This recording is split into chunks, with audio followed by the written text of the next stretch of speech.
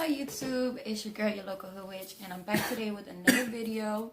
I know that's 2 in what, like 1 week? Proud of me.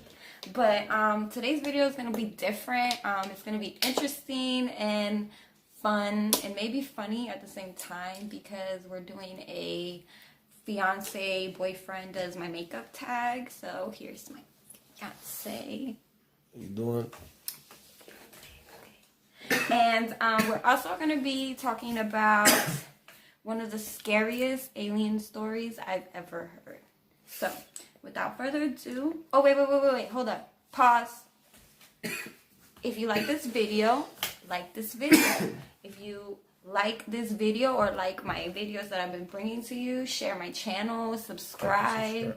Definitely comment, let me know if you like the stories or if you, whatever stories you guys want to hear, like if there's something specific you want me to talk about or any topics you want me to touch on, like definitely let me know because your opinions are important to me too. So without further ado, let's jump right into this video. So we're gonna start off with moisturizing and safety first. But yeah, we're gonna start off with a moisturizer. I like to put moisturizer before any makeup. So right now I'm using hemp moisturizer. You can also use coconut oil. There's so many oils that are just good for your face. Like, but definitely invest in one. If you got oily skin, do you put this on? You can use it if you have oily skin, but you shouldn't use as much as like a person who has combination or you know, like dry skin.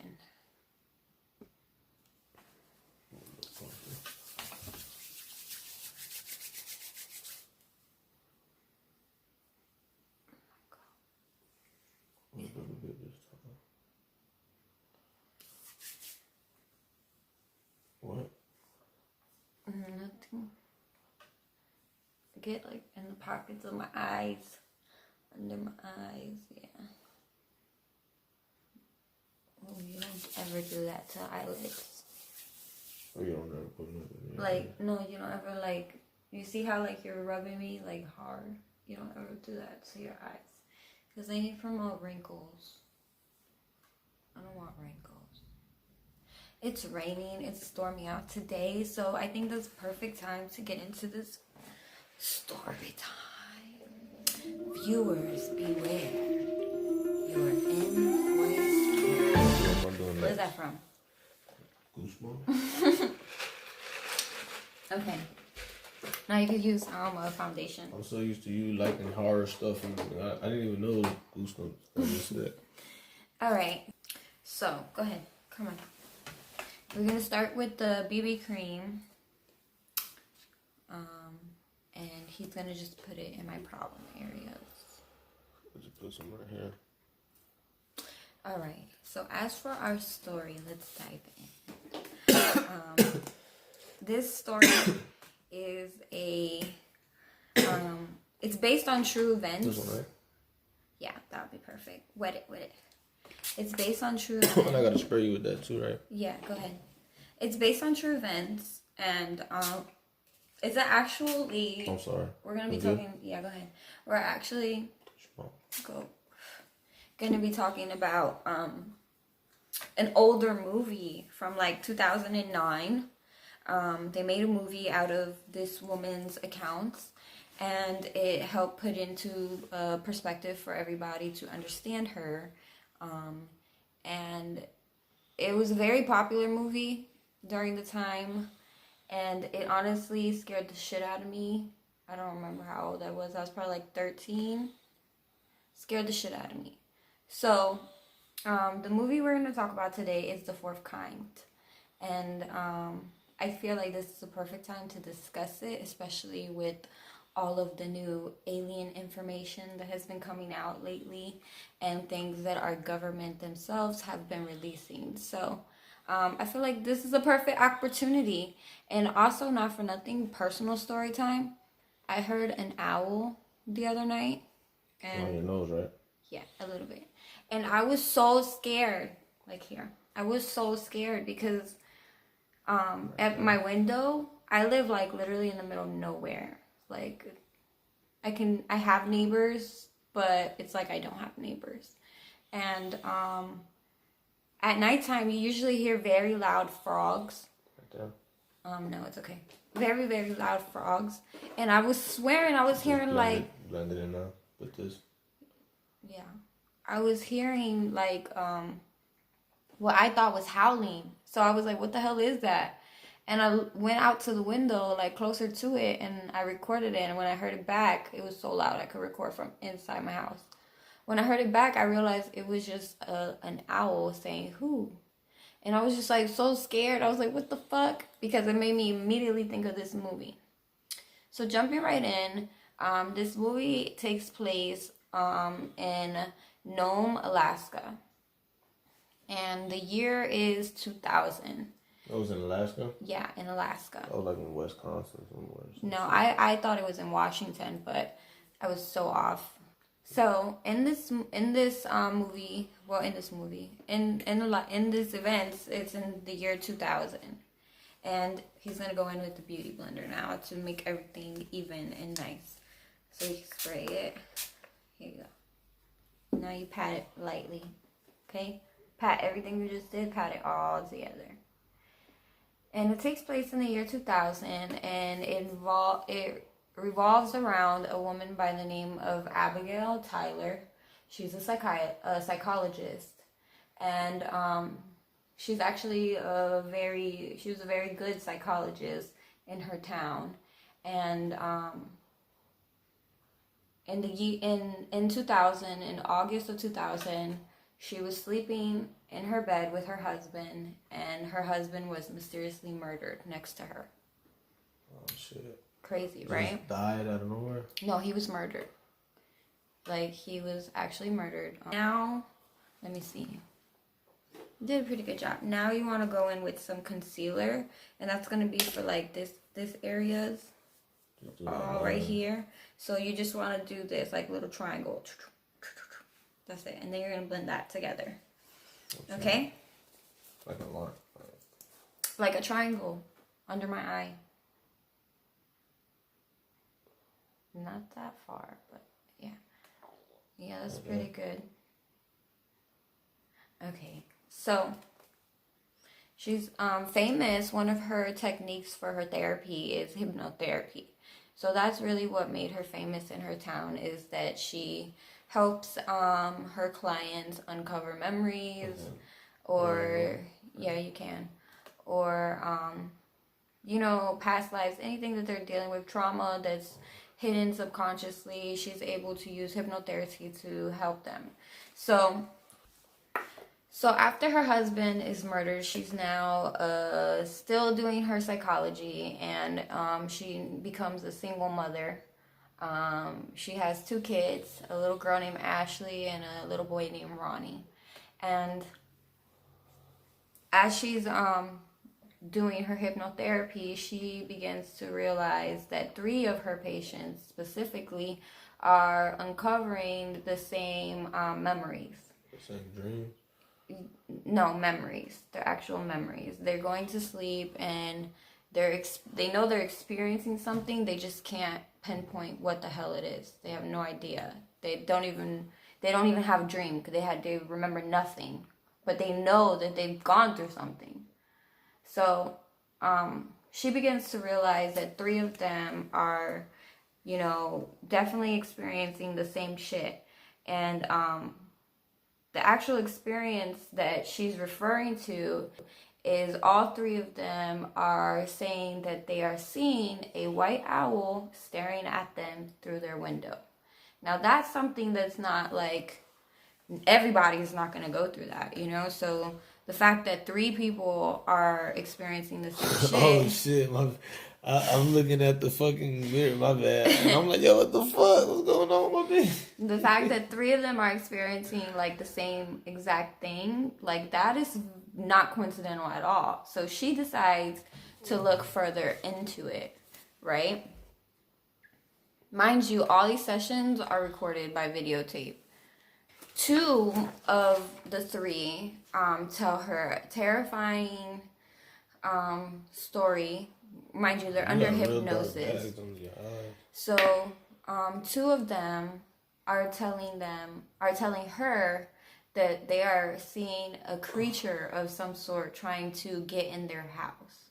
Like, that's as far as the memory goes. So they're sitting there in hypnotherapy, and they're explaining to her what they're seeing, because she's literally taking them back subconsciously to the moment in their night, so that they can recount what they're not remembering. So they explain to her, I'm seeing an owl. It's a white owl. It's big. It's staring at me. And then they start freaking out and panicking because they're seeing something attempt to enter their house. And after that, like, it goes blank. It looks good? Yes. I think he's doing a pretty good job. So, one of her very first patients, his name is Tommy Fisher. And he goes to visit her. And when he does, you have to do my eyebrows. When he does, he gets mad at her and tells her that he doesn't want to admit to, like, she goes to tell him, like, look, this is what you're experiencing.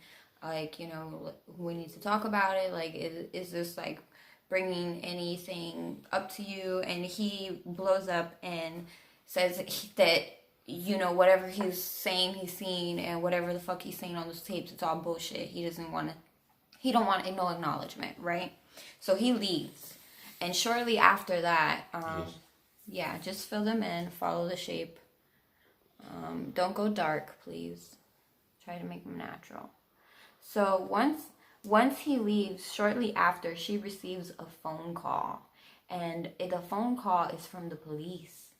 And they're telling her that, hey, we have your patient here. He's asking for you.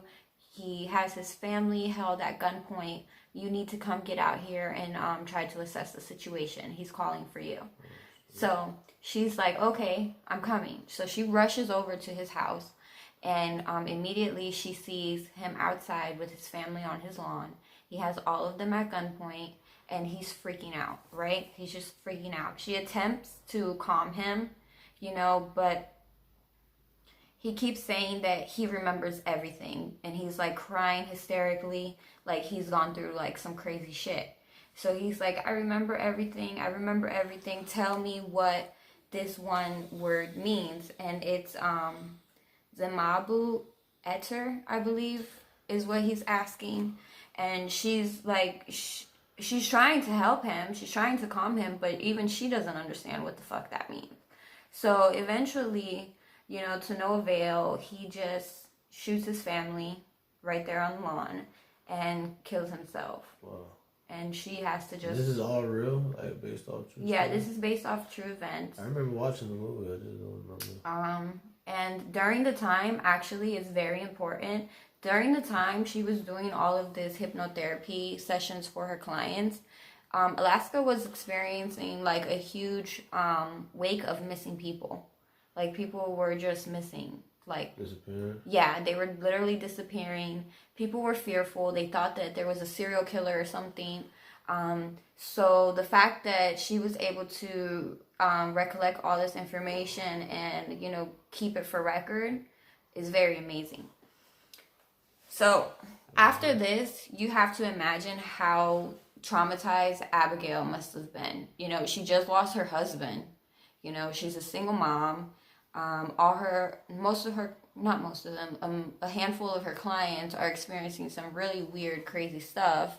And on top of that, one of her clients literally just shot his family and killed himself. So you have to understand, she must be distraught at this point. But let me see. He's doing a pretty good job, right, guys? Now he has to do this one. Okay, do this one then. I just did that one. Like, usually I put a little bit more, like, right here. Because you see, like, right here has, like a little curve. It's not a sharp point. So, but it's okay. It's okay. He's doing good. Make them look like sisters, not twins, right? But at this point, like, she's beginning to, like, really, really put the patterns together. And at this point, she's really fearful for the rest of her clients that are coming to her with these experiences. She doesn't know what they're going through. And on top of that, she's beginning to feel like damn, my husband was literally murdered to death in the bed with me, and I had no idea. Like, she had no idea at all. She couldn't explain how he died, who did it, if there was anybody. Like, she didn't remember anything. So she decided to take a tape recorder from her assistant, okay? And she used this recorder to record her evening as she slept all night. Now, this is where it starts to get a little scary. Because she plays back the recorder and she instantly hears... Oh, I see. This is shit right here. Yeah. She it plays her voice. It plays her talking. And then you can also hear something with like a distorted electronic type voice coming into her home and attacking her. Ooh, I'm gonna have you looking on. Okay, like that's just like terrifying. So it speaks a language that she cannot understand. Like, she doesn't understand it at all. And she has truthfully no memory of any of this stuff happening except for actual proof on her tape recorder. But what, at this point she's like, I don't know what the fuck to do. Like, I'm scared out of my mind. So she decides, like, let me contact, one of these guys I went to college with who I feel like could probably give me some information or guidance as to what the fuck I'm dealing with. And he tells her to call a doctor. And this doctor is by the name of I'm sorry, I don't know. He's from another place. So I'm going to try my hardest to say it correctly. Where? Awoloa. There you go. Awoloa Odusami. He was like Japanese? No. I believe he is from Africa, I believe. And he is a specialist in ancient languages. So she contacts him and finds out that her husband had been in contact with him all along. And Odusami is able to identify the language in the recording as Sumerian, which is an ancient language. So with this information, she begins to do a lot of research and to figure out who the Sumerians are, and like how they play. That movie had all to do about that? Yeah, had to play with all of, how they play into what she's dealing with. So the movie like jumps, or her life jumps to where she's back at working, and she never stopped working through all of this. But she goes back to work and she's contacted by one of the handful of patients who were, giving her the accounts of the owls and stuff. And he tells her that he wants to talk to her. He wants to see her in person. And he says that there's no owl, and that when he speaks of these events and these things, try to do the bottom, like trace the bottom. When he speaks of these events and stuff, he says there's no owl no more. There's no owl. He only refers to the owl as they. So she says, okay, I'll speak to you. And he begins to tell her as well, like, look, I understand completely why Tommy did what he did. And he's like, let's do another session together, because I feel like this session will be very like and like to a point where we can get some answers. And he tells her, but I want you to come and do the session at my house. So she agrees, and she goes to the house, because when she gets there, he's explaining to her, like, look, bro, like, what I'm experiencing, what's stuck in my head is terrifying, and I need you to help me get it out. Like, I can't have these suppressed memories any longer.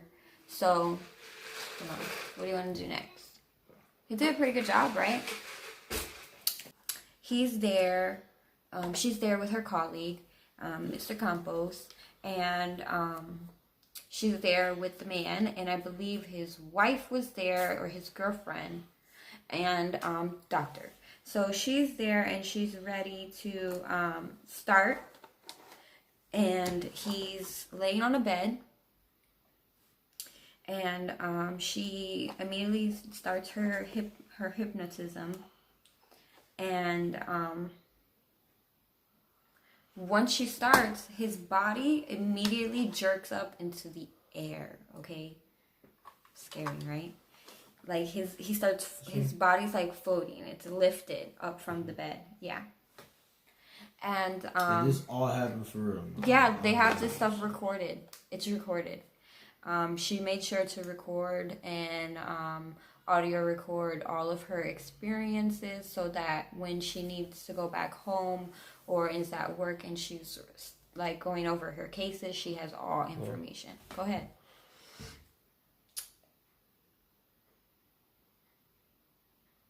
So he jerks up, right? And he's floating in the bed. And all of a sudden, like, that electronic voice that she heard in her personal recording the night that she decided to record in her room, she heard from his mouth. Oh, shit.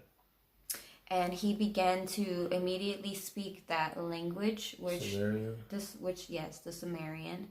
And what is Sumerian? It's like an ancient tongue. And they were able to actually decode that the words he was saying, and he was basically telling her to end her study immediately, like to stop looking into it and leave it alone, right? After that happens, his body's like jerking and shit, and he just immediately falls back into the bed, and they can't wake him up. Fuck that. Right? Like, they can't wake him up. He's like unconscious. So they call the police and ambulance and stuff. And when the police arrive there, they tell her, like, look, his vertebrae is severed in 3 areas. And the guy who just called her over, his back snapped. He was alive before? Yeah, his back snapped in 3 areas, and he was now paralyzed completely. So she tells him what exactly happened, because now they're like, yo, this is like a criminal investigation. Like, how... She got everything recorded, though. Yeah, so she tells him, and then the doctor, Campos, is able to verify the events and stuff, and they basically just put her on house arrest until they figure out all this shit out, because they're like, look, we don't know if you did this to him. We don't know what did this to him. We just know you were there and you caused it. There was a couple people there, though.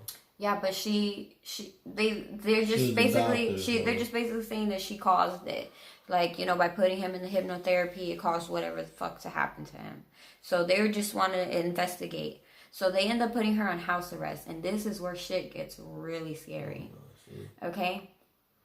While she's on house arrest, they put a sheriff to constantly watch her house to make sure she doesn't leave and things of such. That's when they got the footage of the So, yes. So while this policeman is stationed outside of her house, he has a dash cam recording.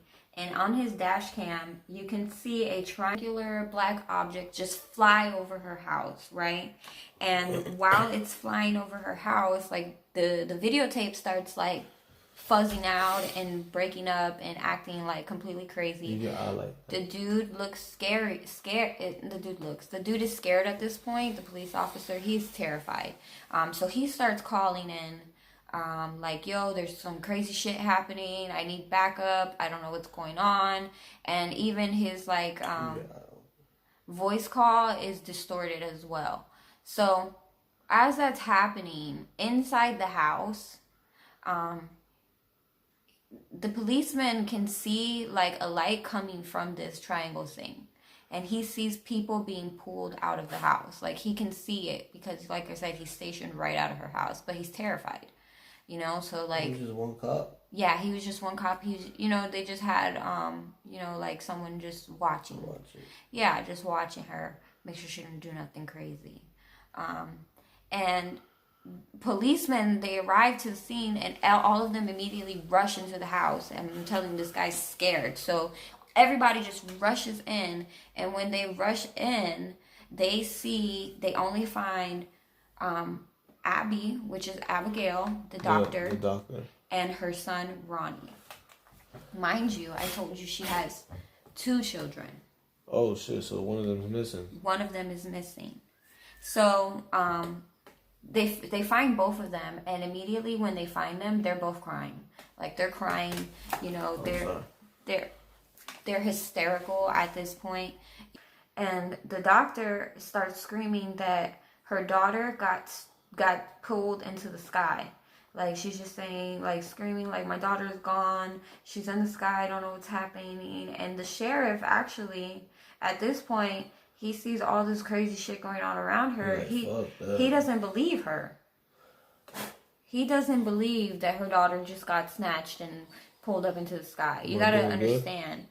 Yeah, you gotta understand, so many things are happening, you know, around her at this point, that people are just like, yo, this shit don't happen to nobody. You know, they're like, bitch, what the fuck is wrong with you? And the craziest part of this is her son doesn't believe his mother either. She decides, okay, my daughter's missing, my son's gone. I think I can talk to these people through hypnotherapy. I'm going to link up with my colleague and the doctor of ancient languages and see if they can help me try to get my daughter back. So she meets up with them, and it immediately shows them they're recording themselves in their session, and they hypnotize her. And now she's under hypnotherapy, and she's attempting to contact them.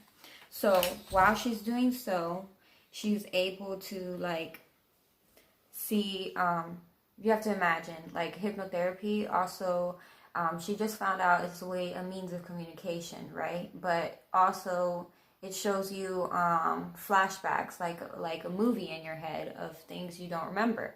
So she's telling her colleague and the doctor what she's seeing. And she's seeing her daughter's abduction, and she ends up realizing that her daughter got abducted in front of her very eyes. It also begins to show her her very own abduction, and she sees herself getting taken. She also is, like, describing to them, like, I can see their ship, I can hear them, and she tells them that she believes that they basically kind of, like, probed her and took some actual eggs from her body. And while she's telling them, the camera begins to, like, distort and scramble. And she ends up seeing the alien. So immediately she starts begging the alien, or, you know, the creature that she's seeing. She starts begging him, please, bring me my daughter, give me my daughter. And the creature ends up, like, talking to her in Sumerian language and tells her that her daughter will never be returned. And he begins to, the creature begins to refer to itself as the savior. He says that he's the savior, the father, and he ends the conversation with, I am God. And that's where everything ends. And while that happened, the session ends completely. She's no longer in trance. Her body, you know, just falls, you know, because you gotta imagine she's going through so much, like, immediately, like, goes unconscious after this interaction. And the doctor and her colleague rush over to her. And while that happens, like, the view of the camera goes, like, splattered again, like, scrambled. And you just hear a voice scream out, Zem Abu Eater. The camera, like, blurts again, and all 3 of them are gone. So, yeah, they completely disappear. So it automatically jumps to the part where she is having an interview, and in the interview she actually tells the interviewer that in that scene where they completely disappeared, they were in fact all three abducted, and they don't have any recollection of what happened. And the movie takes you to the part of her life where it's actually after the abduction. It jumps to not the scene right after they were returned, and when Abigail was returned, she had her neck was actually. I use this one. Yeah, her neck was actually broken. Oh shit! She suffered a broken neck. She was told by her colleague that her husband Will never actually was murdered, and that he actually committed suicide in the bed next to her. So he like sliced himself, and yeah. So she at this point, you know, she's just going crazy. Yeah, she's really going crazy. Turns back to the actual interview, like one of her latest interviews from everything happening, and she was very like sick. Her face was completely sunken in. She was probably like 80 pounds. She was completely pale. She was like a bag of bones, literally, and she's just completely damaged from everything. She just starts crying, and she basically just says that in her heart she believes that her daughter's still alive, and that, like, I mean, you just gotta imagine how she's feeling. You gotta do that. I don't know. You gotta imagine how she's feeling. Like, she lost so much. She lost both her kids, her husband, her job. She's basically like paralyzed. She broke her neck. Nobody believes her, not even her own child. Like, so at this point, I guess like she doesn't even want to touch on that. She's just like, look, like, all I believe is my daughter is still alive. But through all this stuff, I told you that she was dealing with the law because of the first client.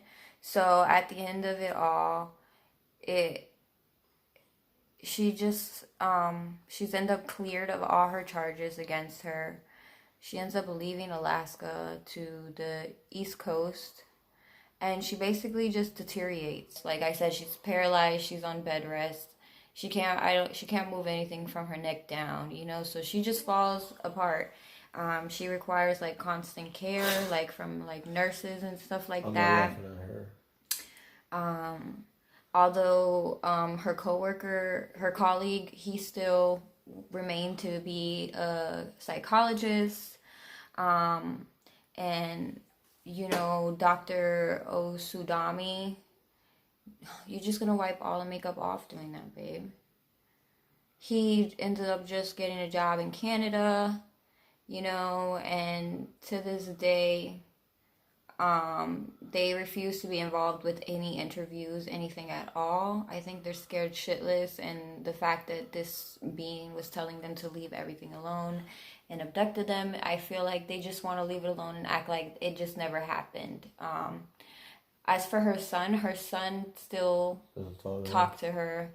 He blames his moms for his sister's disappearance. So he has no contact with her. And Ashley just, you know, in the movie it states that to this day Ashley is still missing, which is her daughter. Yeah. No one has found her. There was no leads, no evidence, nothing that could pinpoint to where she's at, who's got her, what happened to her. She's just completely disappeared out of thin air. And like I said, her mother still believes that she's alive. And the movie ends with a title on the screen saying that in the end, what you believe is yours. Like, what you believe is up to you to decide. So it's a very crazy story. It scared the shit out of me, especially when they made like the reaccounts of everything. So yeah, I hope you guys enjoyed this video. I guess this is his finished look. Like, I guess he didn't do that bad, right? He did really good. As for like just leaving me a little blue, it's his first time. We can't be mad at him. You should definitely put some highlight on me, babe. What's that? Which is the shine on my cheeks. even though my cheeks is already shiny. And maybe a little bit on my nose, and definitely some right here. On the next one. You want me to do that now? Yes, finish the look. Chop, chop. No, yeah, I know you see my armpits. They're my friends. Shit. I'm not shaving them. He wants me to. I want to be natural. I want to dye them a different color. But he's not too fond of that. So this you put right here. You see right here? Right here in my bone. Right there. That's it. Tap it? Yeah.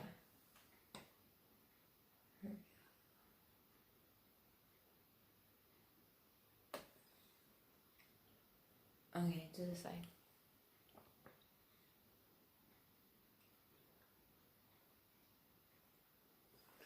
Okay, I think we're pretty good. Alright, don't worry about the rest. Stop! It's a dick. Alright. It's on your nose, too. No. So let me know in the comments if you like his look, if you enjoyed this story, if it scared you too. I love you. As always, sending you guys blessings of positivity, health, happiness, love, longevity, and as always, mucho, mucho amor.